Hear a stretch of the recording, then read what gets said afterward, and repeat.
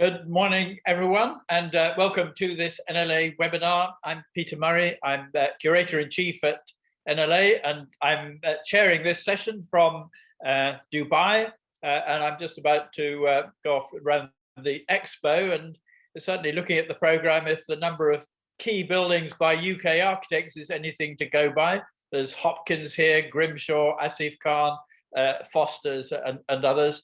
Then overseas work, certainly as far as the state of the market is concerned, is in good shape. And so I'm actually in my hotel room overlooking at the expo site, which is why I have a slogan, "The future begins now," in just behind me here. So everyone's full of optimism here. So I look forward to hearing what our panelists have to say. So we're here to discuss the state of the market for 2022 and the sorts of challenges and opportunities that face London and the built environment sector over the year ahead.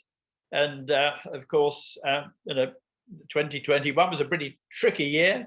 COVID obviously had a major impact on life in the capital, disrupted travel and work patterns, heavily affected sectors, retail, hospitality, culture, and pushed us to think differently about health and well-being as well as public space in the city, and it affected the housing market and some people's choice of where to live.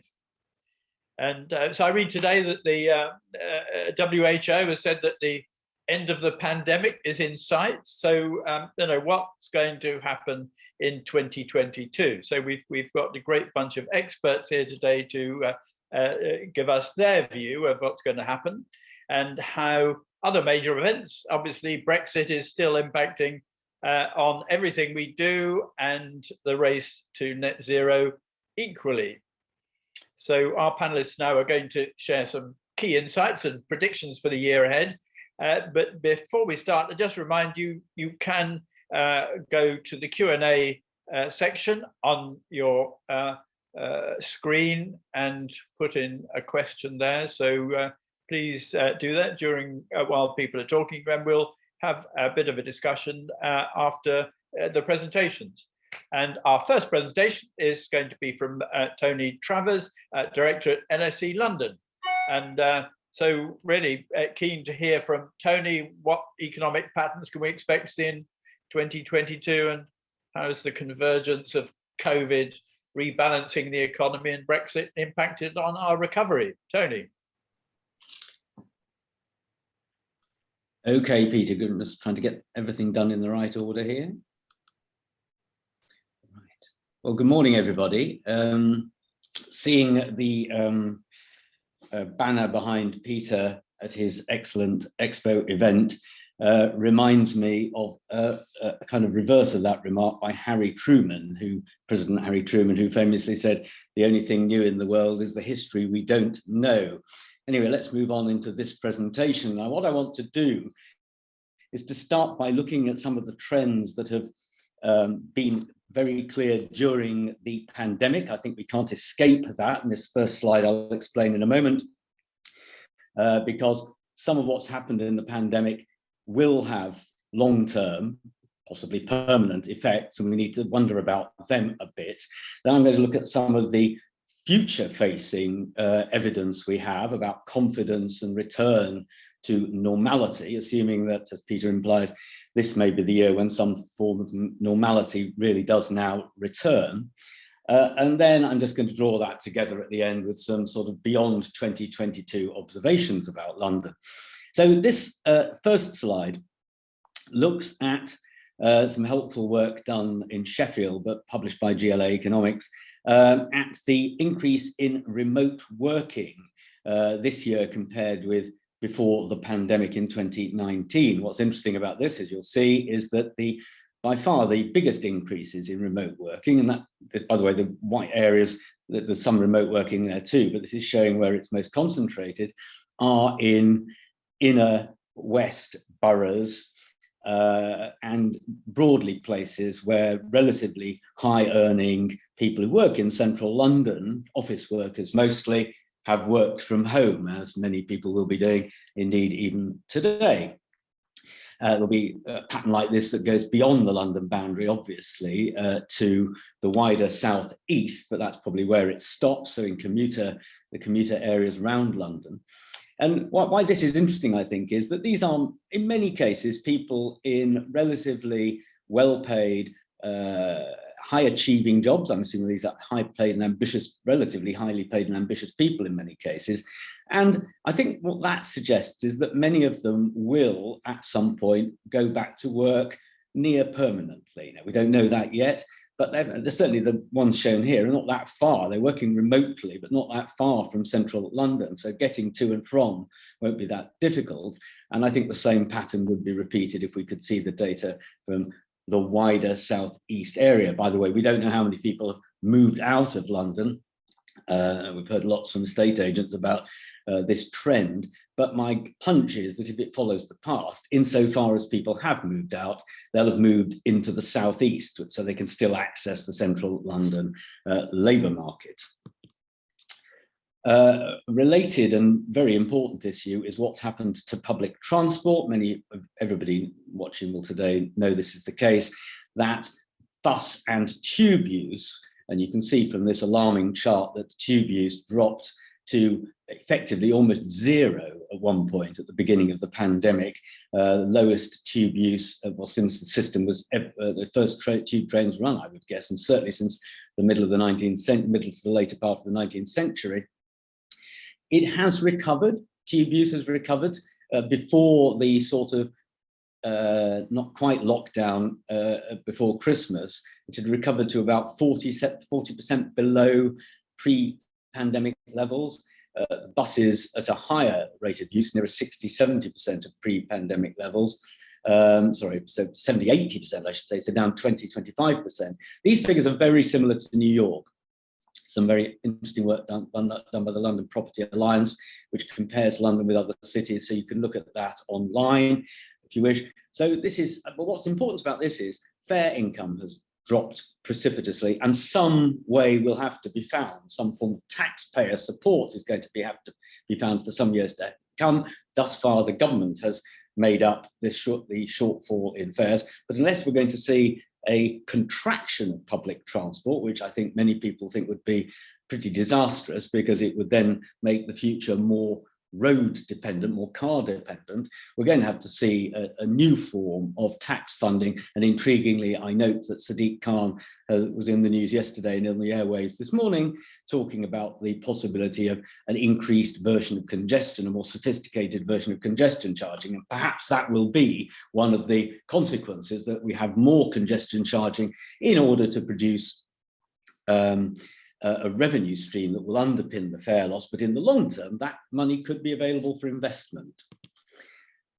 What's happened to London's economy? Obviously, lots of other statistics I could have looked at. Well, according to GLA Economics, intriguingly, the London economy didn't shrink quite as much as the UK economy, and is now, towards the end of 2021, not in as, as bounced back to a slightly greater degree than the UK economy. I think given how difficult it is to make these calculations, rather like working out exactly what the population is, I think suffice to say that despite many appearances in central and inner London, it looks as if the London economy hasn't been, you put it the other way around, hasn't been worse affected than the UK economy, and the UK economy has just regained the size it was before the pandemic began. And in fairness to the Chancellor, I think the measures put in place to protect the economy, and London gained an enormous amount of money out of that, by the way, probably disproportionately so because of business rate subsidies and transport subsidies. These measures have, as far as one can see, worked really rather well.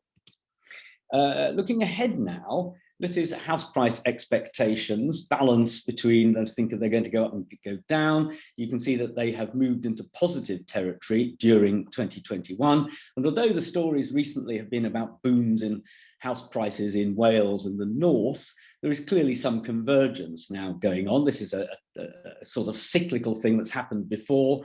Actually, in recent, you can see from this chart, expectations about property prices have been more pessimistic in London than in the rest of the country for quite some time since 2016. Question, was it a Brexit impact? But now I think it begins to look as if the London market will pick up. Question, will it actually start to overtake the rest of the country again in terms of annual increases? Looking at business activity and optimism about business activity, here we've got a chart that shows that, notwithstanding the catastrophic collapse at the beginning of the pandemic, optimism in London, this is about London alone, about business activity running ahead, is actually greater than it's been pretty well any time since 2016. So there's significant optimism about what's going to happen to the future of the economy. Consumer confidence, ditto, more optimistic in London than in the country as a whole. Not massively confident at the moment, but more confident, and certainly again not less confident in London than the UK as a whole. And the GLA and GLA Economics has looked at recovery paths, as they call them. So there's a sort of gradual return to economic growth and a counterfactual. That's a sort of what would have happened if there hadn't been a pandemic. And then there's a slow growth and a fast growth model. If we just take the central one, which is actually more or less a return to the path, intriguingly, return to the path that they were expecting before the pandemic. This is suggesting growth of 2.5% to 3% a year in London running forward, which, if it happened, would of course be higher than growth in the UK as a whole, which the Office for Budget Responsibility is suggesting will be sort of, when we get back to level, normal, nearer 1.5% now. Interesting if that's true. And then last but not least, population. Now, as I say, despite all the stories about people moving out of London because of the pandemic and buying more space, we really don't know what's happened in terms of people leaving Britain to go back to the EU and how many of them came back, people who left at the beginning of the pandemic, how many of them have come back. The census will, the headline census data from last year's census should be available later this year, which might give us a bit of a clue.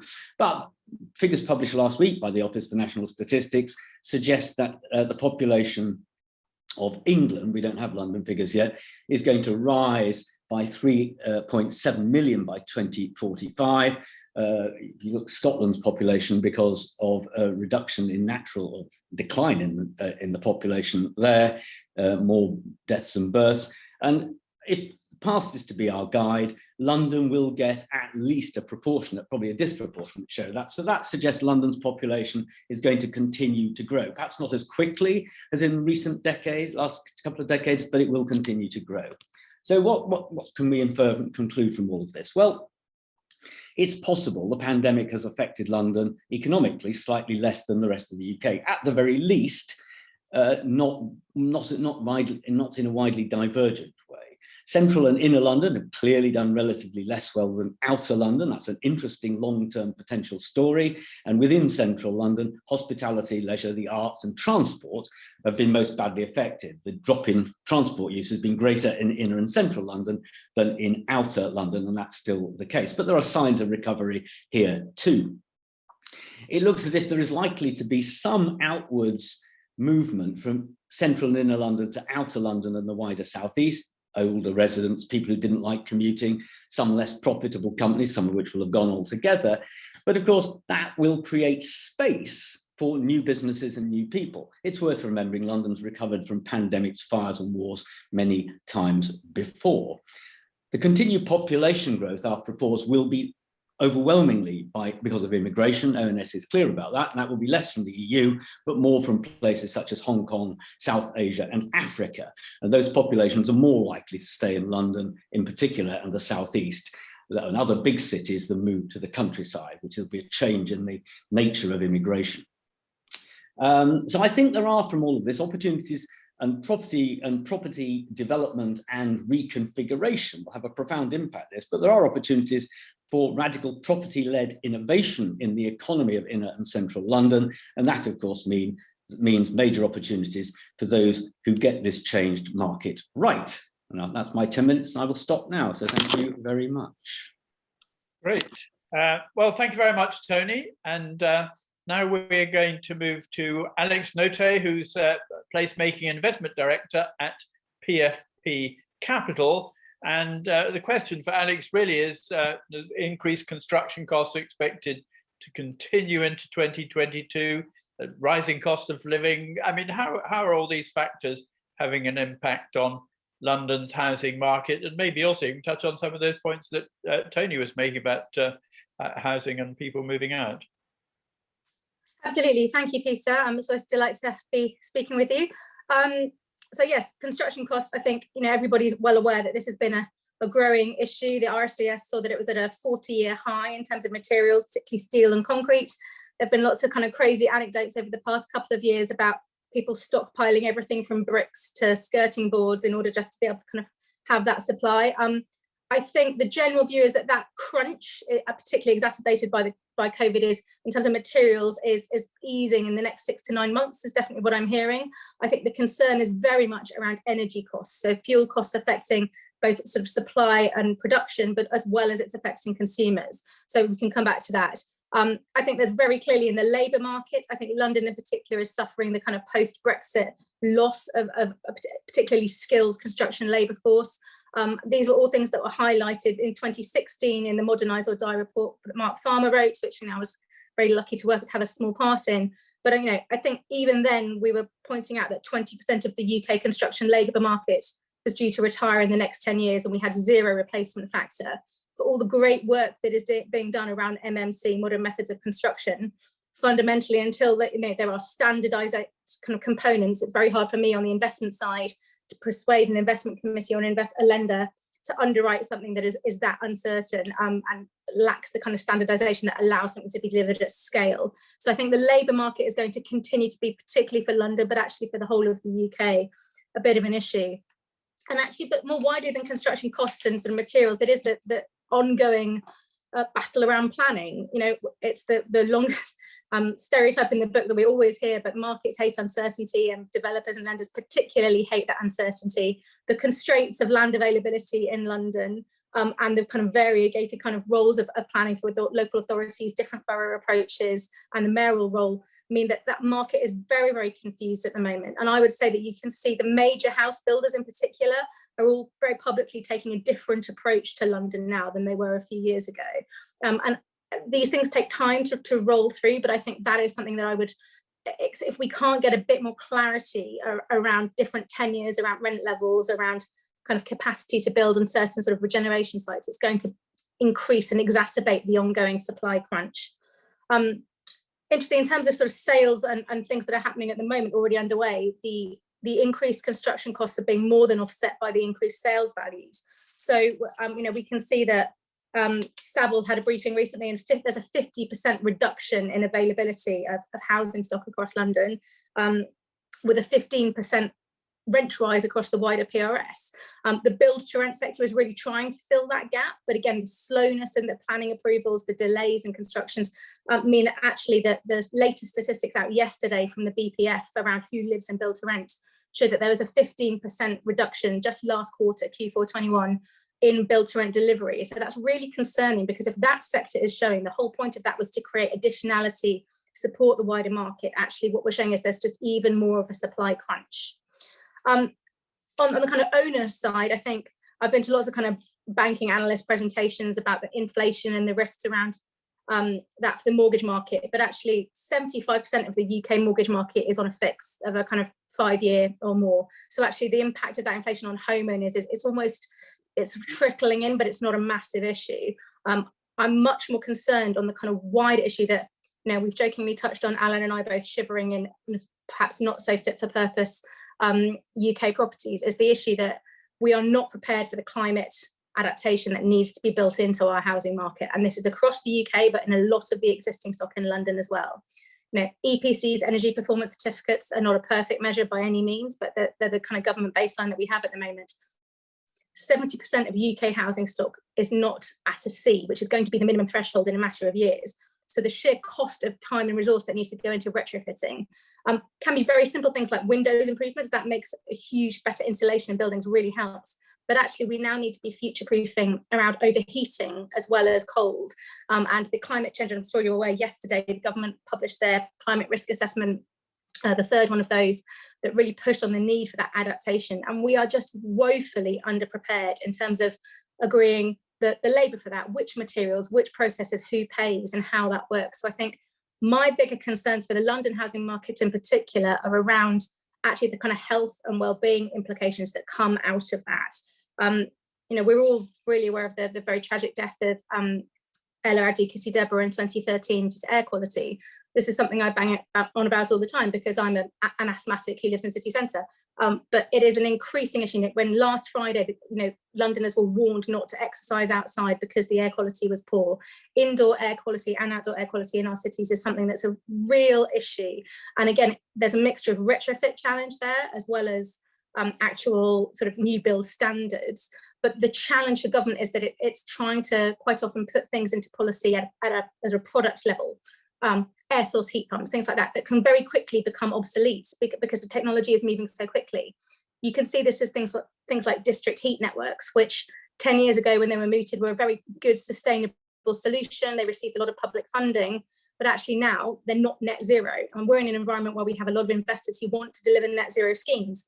You have local authorities who want to be climate resilient, but are also trying to force developers to use district heat networks that inherently aren't net zero, but they've spent a lot of money on and want to use. So there's some real challenges there about the timeframes on which we work, where we know there's these lags, whether it's inflation, whether it's supply chain, whether it's kind of the technology that we can use in terms of retrofit. And getting it right first is very, very difficult. But I think that climate adaptation space is going to be huge. There is actually a particular angle on that for the kind of affordable, the RP market, the kind of core PRS, because new build to rent can obviously build in all the latest technology and the most sustainable materials. On existing stock, the cost of both fire safety remediation as well as ESG and sustainability mitigations, that is going to eat into the fairly chunky margins that our RP sector has historically enjoyed. And there's a real challenge in that also inhibiting the growth and the production of new supply.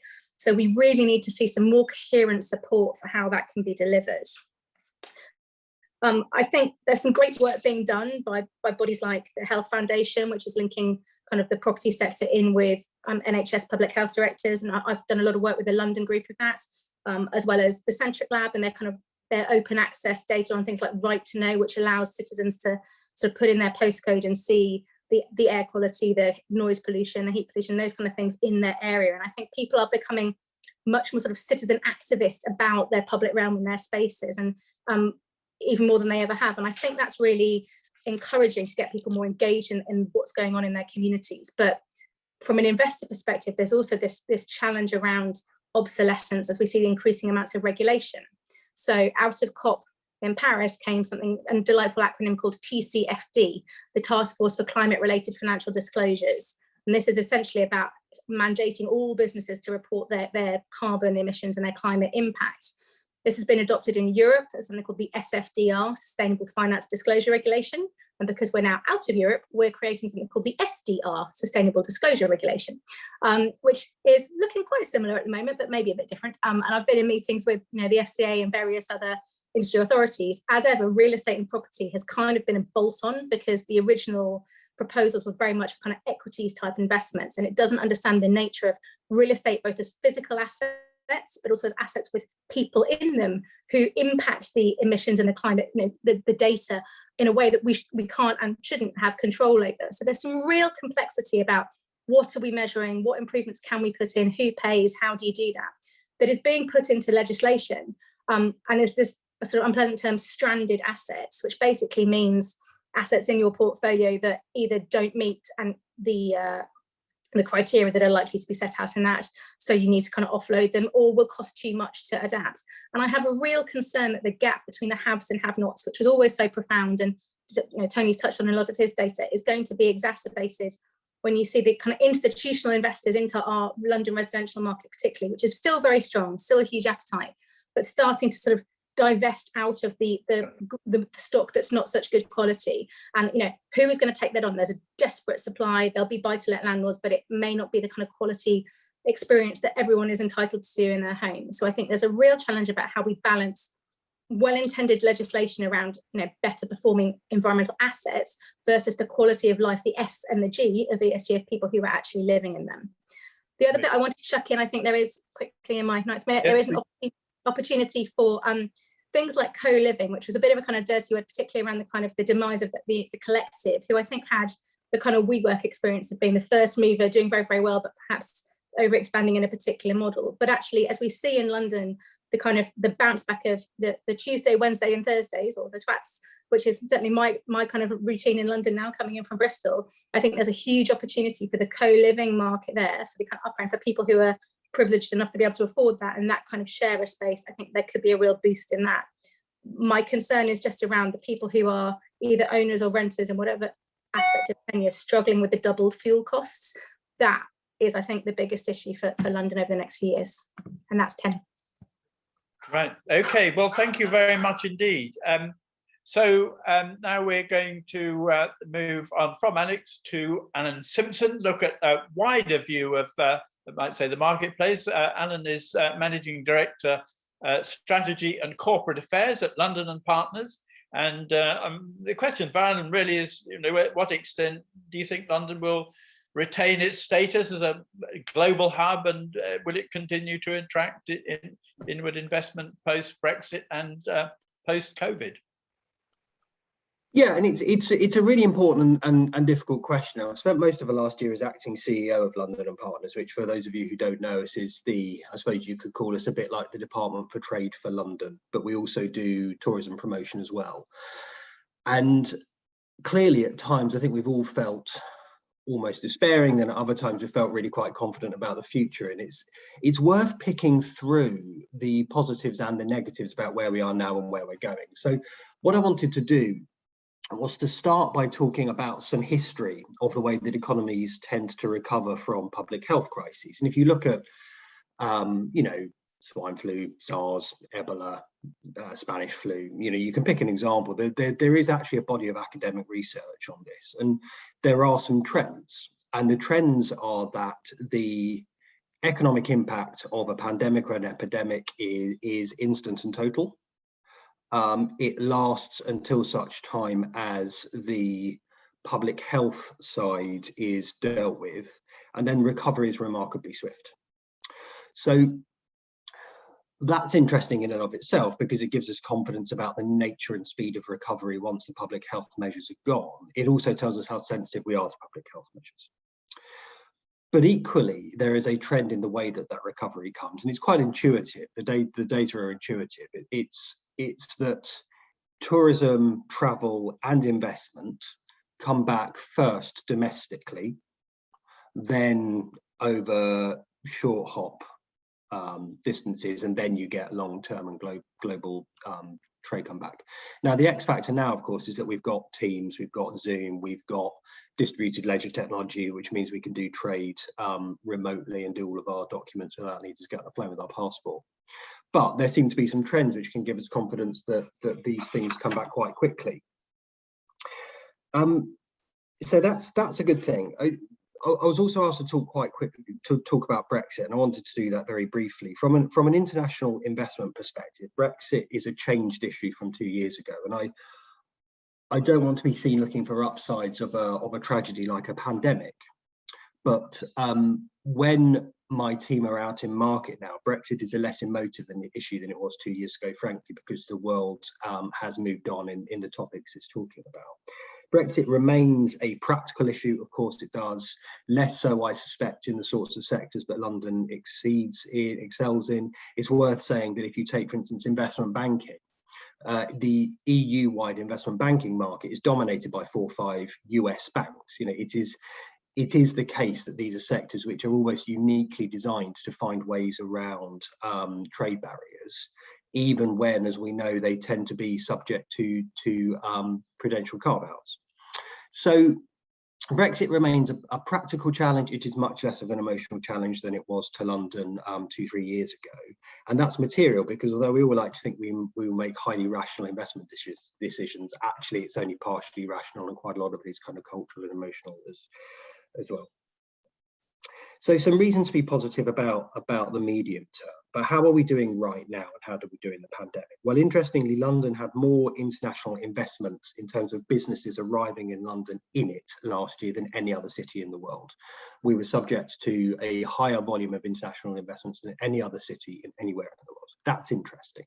Why did that happen? Well, in 2008, I was in the city. I was working at the London Stock Exchange, and we saw this trend, which was counterintuitive to us, that despite the fact that in some ways London had one of the most pronounced financial crises in the world, actually bond raising in London went up, the cost of borrowing for the UK government went down. Why?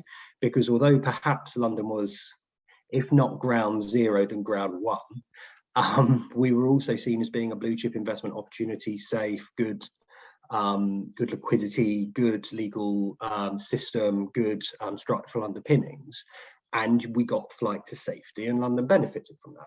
We seem to be seeing a similar thing with inward investment now, FDI around the world, whereby after a few years where London has drifted in comparison to other cities, actually 2021 saw London seen as a safe place to invest. And that's quite logical if you think about it, because the sorts of businesses who are defining the next stage of the economy, tech businesses, innovation heavy businesses, tend to be run by younger, quite international leaders. They have for a few years now been looking as much at Helsinki, Stockholm, Tel Aviv as they have London, New York, Berlin. But in the middle of a pandemic, it makes absolute sense to de-risk. So why not, if you've got a marginal choice between if you like, a blue chip city like London or New York, or a frontier city like Helsinki or Stockholm or Tel Aviv, why not go blue chip? And that's the trend that we've been seeing. And I think that flight to safety will be with us for another 18 months yet. What I wanted to do, though, is to talk about what I think is the inherent challenge for London, which is less about London specifically, more about cities. And we've heard quite a lot of data on this. I think what is concerning me is the generalized impact of the current kind of critique of the city agglomerated model that we have at the moment. I think to the extent that people want to back cities, they will back London, they will back New York. But we are definitely seeing a trend for businesses arriving smaller than they would have 5 years ago. And that's been a trend anyway. It's been accelerated by the crisis. But there is a tendency for investors to think, well, you know, I can, particularly if I'm doing something to do with services or technology or data, I can move 10 people into London as my European hub rather than 150. And I can operate from where I am. Now that's absolutely logical. And of course, it introduces lots of economic efficiencies. But from a selfish parochial perspective, as somebody whose job it is to bring jobs and investment into London, obviously it's unhelpful. And I think it'd be interesting to see how that trend continues. Now, some of us were at the Barbican a few months ago talking about some of these issues. And I said then, and I'll say now, I consider hybrid working to be a social and economic catastrophe. I'm happy to talk about more about that in the Q&A. But I think clearly for a city like London, which has historically sold the benefits of agglomeration at real financial costs to people who want to come here, any challenge to the agglomeration model is going to be a challenge for us. So what's the solution to that? And this is the final point I wanted to make. Well, it's London's status as an everything city, and this is something we find to be quite powerful when we go around the world and talk about London as a place to invest. Look, if you're a tech business, you might see London as battling Silicon Valley. If you're in culture, you might see us as battling Paris. If you're in financial services, you might see us as battling New York, and so on and so on. There is really no other city which is number one or number two across all of those things, and a centre for regulation, a centre for governance, a centre for culture, and so on. And I think for London, our ability to continue to attract is going to be very highly defined by our ability to remain in everything city. So we're the place where there are, and I can't think of a better term than liminal spaces, where expertise in financial technology comes together with expertise in design to create a new way of doing something new. But also a place where businesses find that their employees want to live. And that fundamentally is how we will attract. I also think, just as a final point, and we see this a lot, it's how London navigates a path through this essential challenge we have dominated many of the existing high value sectors which are being disrupted. And if you're dominating in a sector, you don't want it to be disrupted. It's like if you're playing blackjack and you've got 20, why on earth would you twist? But because we are an everything city who have proved over the last 10 years to be able to attract the best expertise in coding, in design, in regulation, in banking, etc., etc., etc., we are proving to be a place which isn't just retaining its strength in existing sectors, but is winning in disruptive ones as well. But all of that, as I say, is underpinned by a continued sense around the world that we are a blue chip centre that can be trusted, but one where you can actually get a good cup of coffee. So look, I'll stop there. Very happy to talk about any of that in Q&A, but hopefully that gives a few minutes back for more discussion.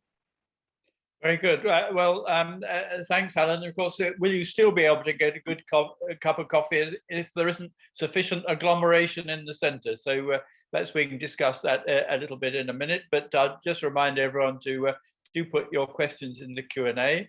And now we're going to go to Nicola Herring, who's the UK Insights and Research Lead at Gleeds. And so, Nicola, we want to hear from you really about how London construction market, how that's faring, what's the start landscape looking like, and which sectors is it favouring at the moment? Brilliant, thanks, Peter. So I think I'll be building on what some of the other panellists have been talking about, particularly Alex. And the London market remains strong despite the challenges brought about by Brexit and the COVID-19 pandemic. The impact of these challenges on the construction industry has been quite enormous over the past couple of years, and the challenges have included impacts to labour. For instance, the Office for National Statistics data for 2021 shows the highest number of construction vacancies in 20 years since records began. As Alex touched upon, there's also been significant materials price escalation and then issues with materials availability and longer lead-in times. Prior to Brexit, London was dependent on migrant construction workers, with over half the workforce coming from the European Union or other parts of the world. Office for National Statistics data shows that there's been a 54% reduction in EU construction workers between April 2017 and April 2020. And this is a huge issue for the London construction market. Recently, the Mayor of London, Sadiq Khan, has called on the government to create a temporary visa scheme and to help sectors such as construction, which are struggling for workers. His intention with the visa is that it would last for at least 12 months and would give people the ability to work on a self-employed basis. This may not come to fruition, but it highlights the significant challenges with workforce and how dependent we are on labour to help with recovery from the pandemic. As well as impacts to labour from Brexit, there's also been the obvious challenges from the pandemic itself. So people on site contracting COVID-19 or needing to self-isolate. And this has had an impact on site productivity, where social distancing has been implemented to try and reduce the spread. As Alex mentioned, materials price increased significantly in 2021. And as she also touched upon, we had started to see these slow at the end of last year.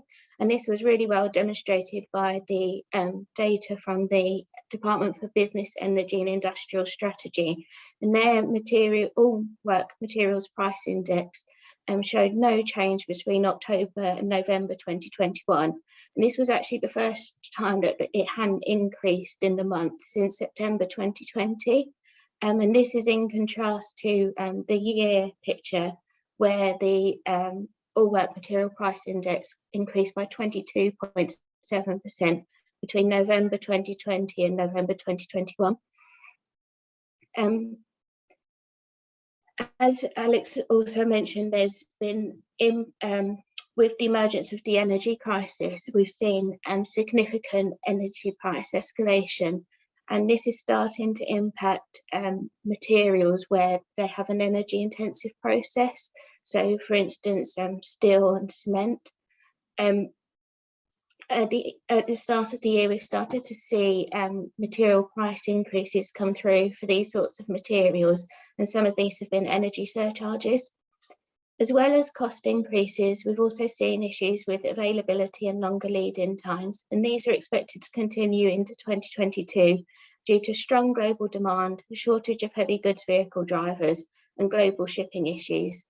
At the moment, shipping is under pressure due to China's zero tolerance policy towards COVID-19 outbreaks. And then there's also issues with some ports such as Felixstowe. Labour and materials challenges remain for the built environment in 2022. At Gleeds, we produce quarterly market updates, and these are informed by our survey to the market and views from our experts across all of our offices in the UK. Our winter report is coming out shortly, and our forecast for London for 2022 is 5% inflation. This is higher than other regions in the UK, and this is due to the particular factors influencing the London market, particularly around labour, which I outlined before. It's really important to say that inflation needs to be considered on a case-by-case basis for every project at the moment due to the volatility in the market and the nature of projects, so whether they're refurbishment or new build, the specification and the types of materials being used, and tender and procurement strategy, and obviously the length of the programme are all influencing tender prices. In the London market, we're particularly seeing that contractors have become more cautious about the projects and their risk profile. They're being a bit more selective about which opportunities they pursue. Therefore, it's really important that we engage as soon as possible with contractors to ensure that they have capacity to tender and that they know about our projects. We're also encouraging design teams to ensure that their information is robust as possible and to try and minimise changes post-tender, and trying to make the project as attractive as possible. The other thing we touched on a lot is risk, and it's really important to consider the risk profile and ensure that risk is fairly allocated to the person or the party best able to hold and mitigate the risk. And this may mean some lengthy discussions about risk profile during the course of the project and who's best to hold it and risk sharing, but much better to have the conversations up front rather than big issues during the course of a project. And whilst there's clearly been issues to impacting construction industry over the past couple of years, the pandemic has also brought opportunities and has sped up the adoption of new procedures and new ways of working. I think we've touched on Teams and Zoom, one of the other panelists' observations. We've also seen increased use of digital technology and data, and tools such as data analytics, artificial intelligence and machine learning, digital twins and 3D printing all have huge opportunities for construction and to make us more efficient and help with quality and deliverables. Using these tools during design, construction and operational phases of assets can reduce cost, programme and disruption whilst improving performance and safety, and importantly reducing waste. We've seen a number of investments in MMC, modern methods of construction, by clients and contractors. This has been in modular but also in off-site components.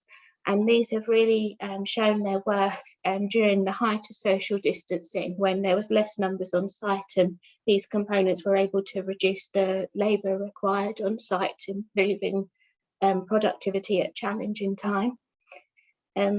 Touched on changes to the ways of working, and we're seeing this not only from consultants but also contractors have somewhat embraced flexible working.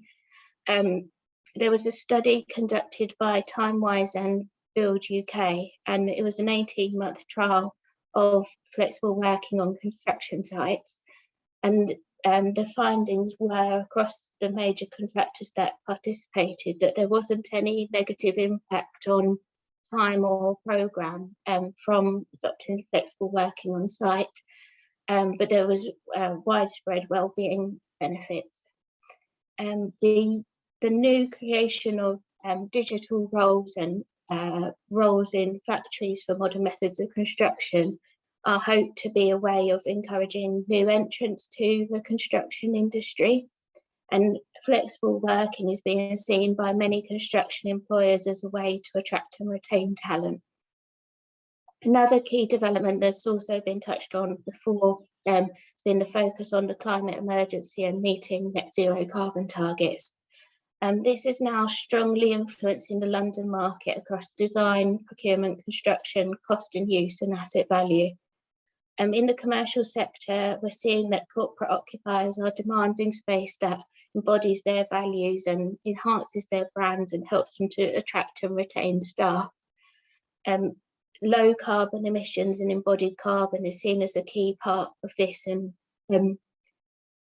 we're seeing developers have their own environmental, social and governance agendas to satisfy institutional shareholders who want to avoid assets becoming obsolete due to relatively high carbon emissions compared to other developments. Residential developers are adding value to schemes with low energy developments, and as has been touched upon, there's a huge amount of residential stock existing that needs to be upgraded to meet environmental targets. As well as a strong pipeline of work related to net zero carbon, London construction market remains strong across its core sectors such as commercial, residential, education, fintech and hotels. And with the evolution of the industry in regards to digital and data and to meet sustainability targets, it's a really exciting time to be part of the built environment in 2022, especially in London, where it's often at the forefront of technology and innovation. And I'll pass you back to Peter for Q&A. Thank you. I think we may have lost Peter temporarily. I thought these were really, aiming off from my own, really interesting presentations, which have given us a wonderful panoptic view of not only the short-term future of the economy, but many of the stresses, the labour market, the labour shortages, the changing nature of the approach to development and house building in particular, which of course may be constraints in some cases on the level of development that the forecasters are showing, which is something I didn't mention, so I've learned that myself this morning. Now we've got some questions which I'm going to look at in the Q&A here. Let's take a kind of, actually one for you, Alan. This is just, why does Alan think hybrid working is such an issue for the future? You were very strong on that. I actually share your view in some ways, but explain why you said it. Well, look, health warning. Of course, I'm sort of paid to think this, so, but I also do. I mean, we seem to have watched the Matrix film, seen all the people asleep in their pods, and thought, what a terribly good idea. The question in the Q&A I thought was quite precise, which is that, you know, doesn't the existence of kind of modern technology change the nature of, you know, agglomeration as a function of place? And yes, it does, but that's only true for some sectors, of course. 1 in 5 people in London work in hospitality, leisure, retail, and so on. You can't really do that over Zoom. But for me, it's more social. I think, you know, what hybrid working does is, yeah, I'm a sociologist by training. It breaks down an opportunity to create in-groups, and it breaks down an opportunity to address out-groups. So you find that your social capital becomes smaller and smaller and smaller, your world becomes smaller and smaller and smaller. And I think that's very material. I also believe that cities, and they don't need to be the scale of London, but communities, physical communities, are perhaps the greatest invention of mankind. And replacing them with a computer screen in a bedroom is really not the same. So I suppose I make 2 points. One, I would make the point that you can only use technology to recreate agglomeration effects in naturally data-driven knowledge economy sectors. And what you can't do is use modern technology to address the emotional and social benefits of place to humans as a primate. I'll just end on this. The symptoms of home working and clinical depression are eerily the same. You are on your own in a house with your world shrinking, and I wouldn't say that we will in 10 years time look back and see that as being a positive step in human evolution. Can I jump in on that really quickly? Go for Because it. as a people, but I crave the kind of physical interaction, and certainly when you're in my world on a deal that's going south and you haven't been able to kind of build the rapport with somebody in person, doing it through a Zoom link when you're delivering bad news is a really difficult thing to do. So absolutely those formation of the linkages and those groups is important. But I'm also somebody who's worked in a range of kind of hybrid roles, traveling around for over 10 years. And it's a really important thing that not just for women, but women tend to be more caregivers.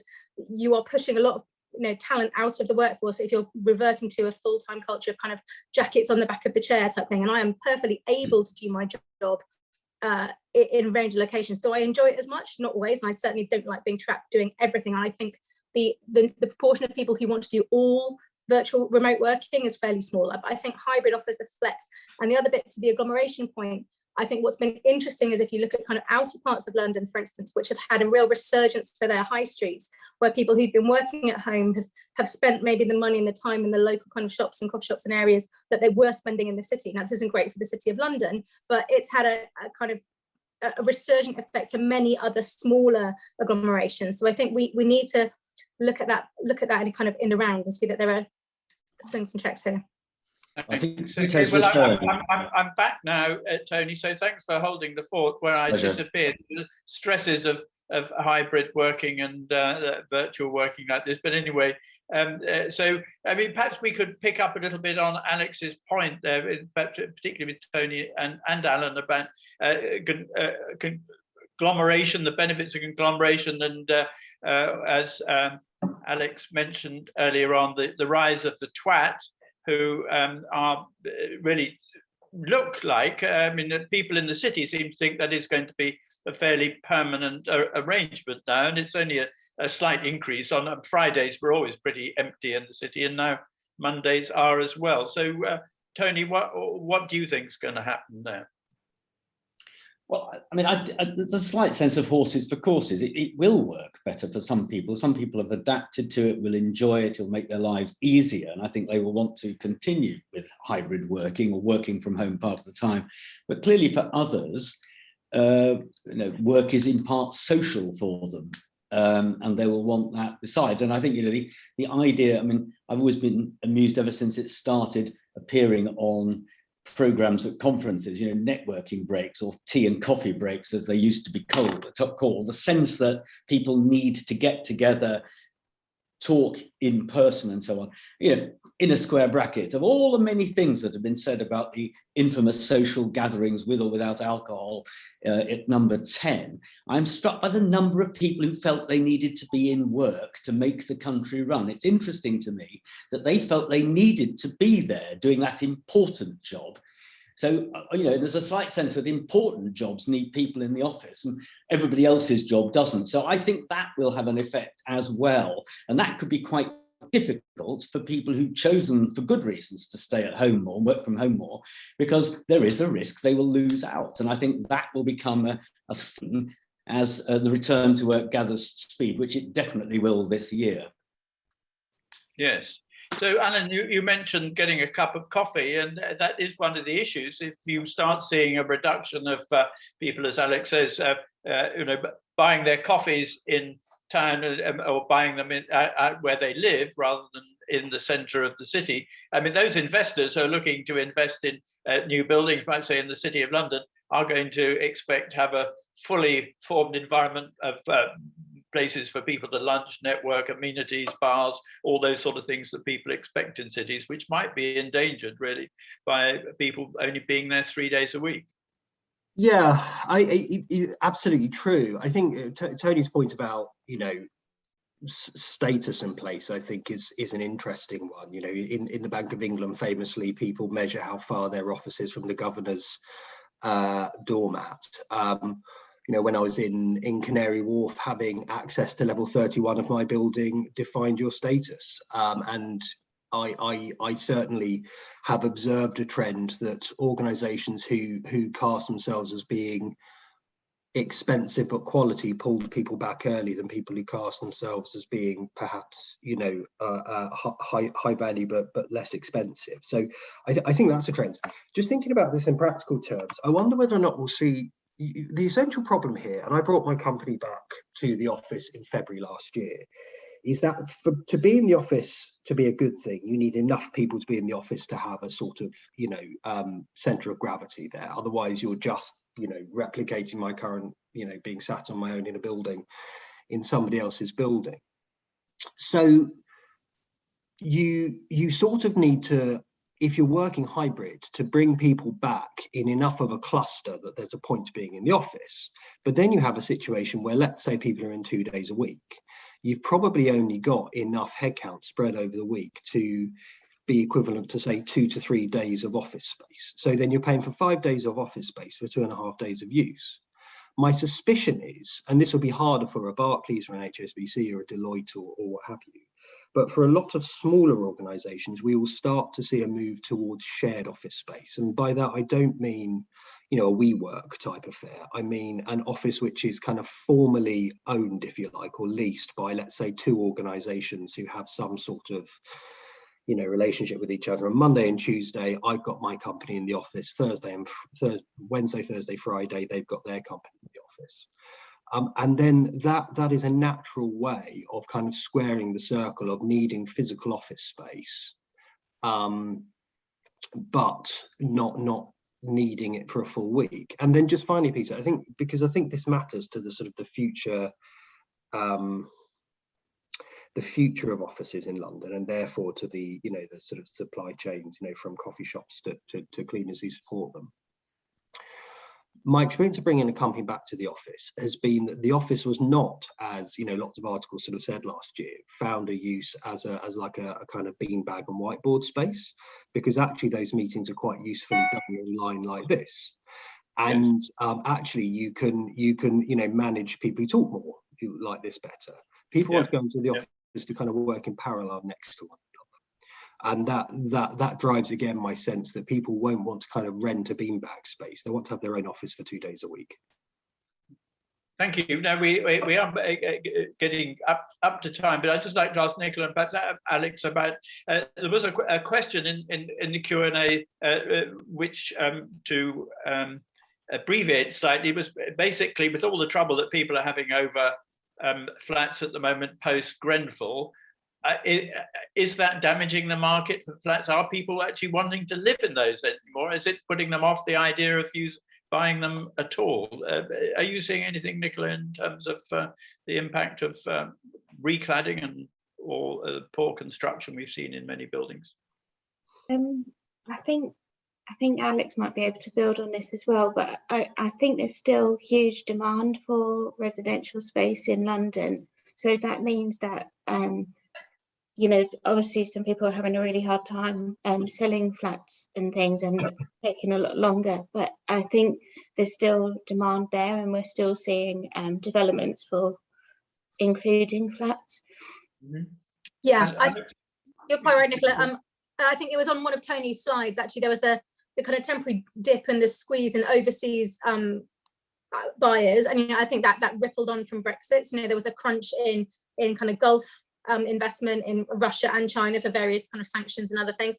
I think that the Hong Kong uptick is starting to kick in there, but on a lot of the schemes that I look across in London, the newer stuff, the volume of overseas purchases is actually starting to exceed what it was last year. Nicola's nodding, so it's exceeding what it was last year. So at that top end of the market, it's there. I think, you know, and unfortunately, as we've touched on, in the rest of the market, the shortage of supply is such that you can rent pretty much anything at the moment. And so for sales, there'll be a lot of people who'll be buying them as buy to let, and you'd like to think that they'll be doing the necessary checks, but there is such a squeeze at the moment that I think, you know, that any stock that is available will be taken.